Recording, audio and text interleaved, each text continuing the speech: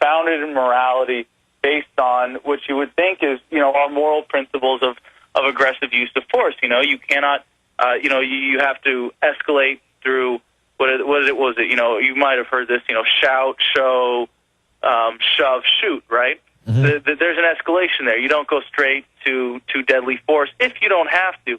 And you have to have positive identification of any targets before firing.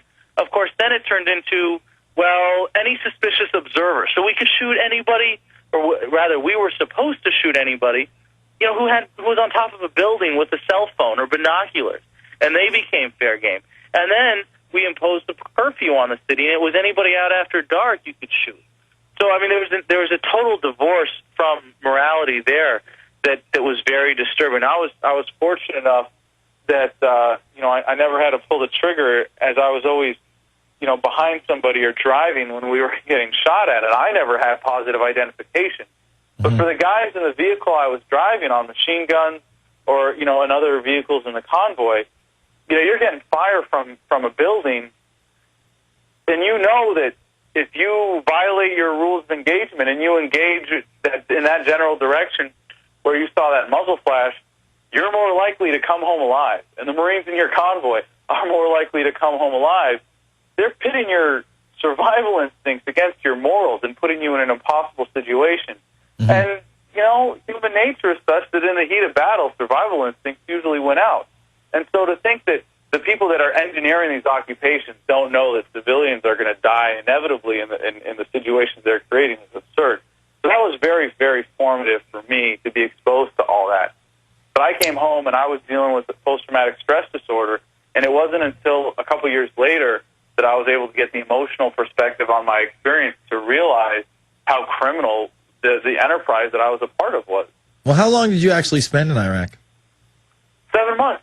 Typical tour for Marines now. It was enough. February to September of 2004 in the Fallujah area. And then you said, you came back. It took you a couple of years to really deal with this emotionally. When do you start getting involved in activism, telling your story to others? Because I always tell people, if they really don't know what's going on in Iraq, go check out the movie Iraq for Sale. It gives a pretty good representation of what's really going down there and, this for-profit war. I've actually seen some of the people that have been featured in that live and, taped their interviews and whatnot. So, it was a very eye-opening film for me. I don't know if you've seen it, but it's excellent. Yeah, I have some friends, actually, veterans who are in that movie who are members of Iraq Veterans Against the War. Mm-hmm. But it largely focuses, as the title implies, on the kind of economic corruption. Yes. All corruption is inherently economic, but the direct criminality with the way the money is flowing in Iraq. Sure. As opposed to the way the bullets are flowing in Iraq, which is a whole other level of criminality. And if you want to find out more about that, we do have a documentary coming out called Winter Soldier that's in production right now for Iraq Veterans Against the War. But if you want to hear some of the real stories, we have a whole collection of testimony at ivaw.org on our website. But let me say, just in the abstract and stepping back, it's one thing for me as a veteran to come home and tell my story and say, you know what, this war is screwed up. This war is not what they tell you it is. Here's the real dope. This is what we saw. This is what's going on, and this is why we need to come together and stop it. But and you can unite a lot of people around that. And as we've seen, we've really got most of the country on our side that we need to get out of Iraq and Afghanistan one way or another, despite the national dialogue and all of the propaganda around it. But that doesn't get to the broader problem of statism and the fact that we still want to turn to government to solve problems in society that we should be able to solve for ourselves without the aggressive use of force that really everything government does is contingent upon. Mm-hmm. And like I said, as obvious as it is, like for me to say, well, I went to Iraq, people are telling, distortions and lies about what's going on in Iraq, and I got to set the record straight. You know what? There's a lot more stories that need to be told about people suffering at the hands of statism. I want people to be able to come out and tell the stories that, hey, I just got a $200 parking ticket, and that's two loads of groceries that my family's not going to get this month. Mm-hmm. All of those stupid, embarrassing, painful stories. People that suffer because of the IRS, for those stories to be told.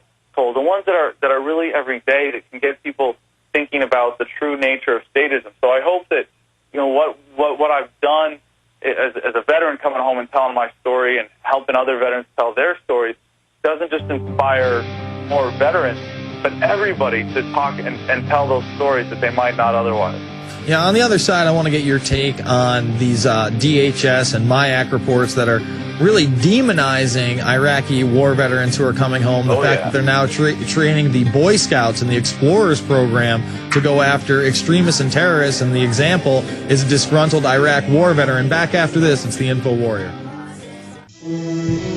The New World Order beast is genetically modifying your food, mixing vegetables with animals, and now experimenting with viruses. Without a long-term food solution, you will have just two options: starve, or surrender. All canned food supplies will eventually run out.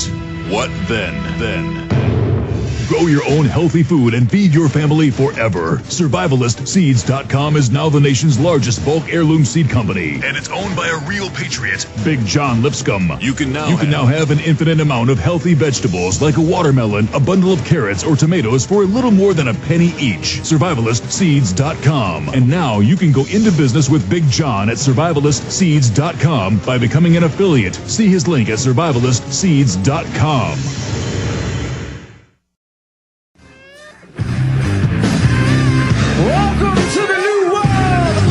Welcome back to the Info Warrior. Our guest this evening is Adam Kokesh. He's running for Congress in New Mexico. The website is kokeshforcongress.com. That's KOKESH for Congress.com. Now, well, hey, just in case the FEC is listening in, I got to be really clear that we're technically in the exploratory phase right now. We haven't filed. Okay. So we're not running yet, but what we're doing really is just putting all the pieces together, and if the support keeps coming in as it has thus far, you know, we got a great letter of support from Ron Paul. We've gotten tons of great letters of support coming in. I'm in D.C. right now. We've gotten a lot of help from people on various actors who shall remain nameless on Capitol Hill that are excited about this. But just in case the FBI agents who are listening to your show are talking to the people at the FEC, we got to make that clear. All right, I got you, man. Hey, of course, but I am encouraging you to run. I'm looking at the website right now. It really looks like you are ready to run, and I think that's great news. So in this short segment, I want to get your take on this MIAC report, which demonizes just about anyone they want in the United States, you know, from people in the alternative media, such as myself, people who are anti-illegal immigration, people who are anti-abortion, quote-unquote lone wolf extremists, Iraq war veterans, veterans of other wars, people who like the Constitution, the Bill of Rights, consider themselves members of the quote-unquote patriot movement, have Ron Paul bumper stickers. I mean, I could probably go on for the whole segment with everything they put in there. I mean, if you watch Zeitgeist or you have America to Freedom to Fascism in your car, it's just unbelievable to me that they put this on paper and people were not only not outraged enough, I mean, it made the mainstream media, but after we have some nut shoot somebody in a Holocaust museum last week, and it's not like that's the first time that's happened. We've had nuts shoot people throughout history, and especially in this country. All of a sudden they're saying that these reports were justified. Well, they call us domestic terrorists, right? Yeah. Well, we're domestic, but a lot of us are armed as we assert our rights under the Second Amendment, the basic human right to self-defense. And you know what? I want them to be scared. They better be scared. And if a terrorist is someone who uses fear to affect the policies of government, yeah, I'm a mother-friggin' domestic terrorist. You better believe it. Well, those are some pretty strong words, but I think it's just unfair the way that they've treated, us like children, putting it on paper that basically everybody is an extremist, everybody is a terrorist, and now they want to bring in Sonia Sotomayor as the next Supreme Court justice. She's written a book called America's Deadly Obsession, where she clearly states that the Second Amendment to the Constitution actually says that, no, we don't have a right to keep and bear arms. That's for the military. I mean, this is a gun grabber on another level.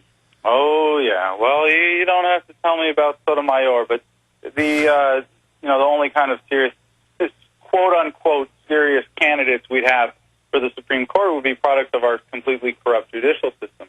But I always like to take it back to the real root of the problem, and it's not the judicial system. It's the fact that we as Americans have lost sight of the one thing that is sacred about this country, and it's not our judicial system. It's not our borders. It's not our economy. It's not our military. It's not even our Constitution, our Bill of Rights, our Declaration, documents written by mortals. No, the only thing sacred about America is the fact that at our founding, some brave men and women pledged their lives, their fortunes, and their sacred honors to the principles of liberty.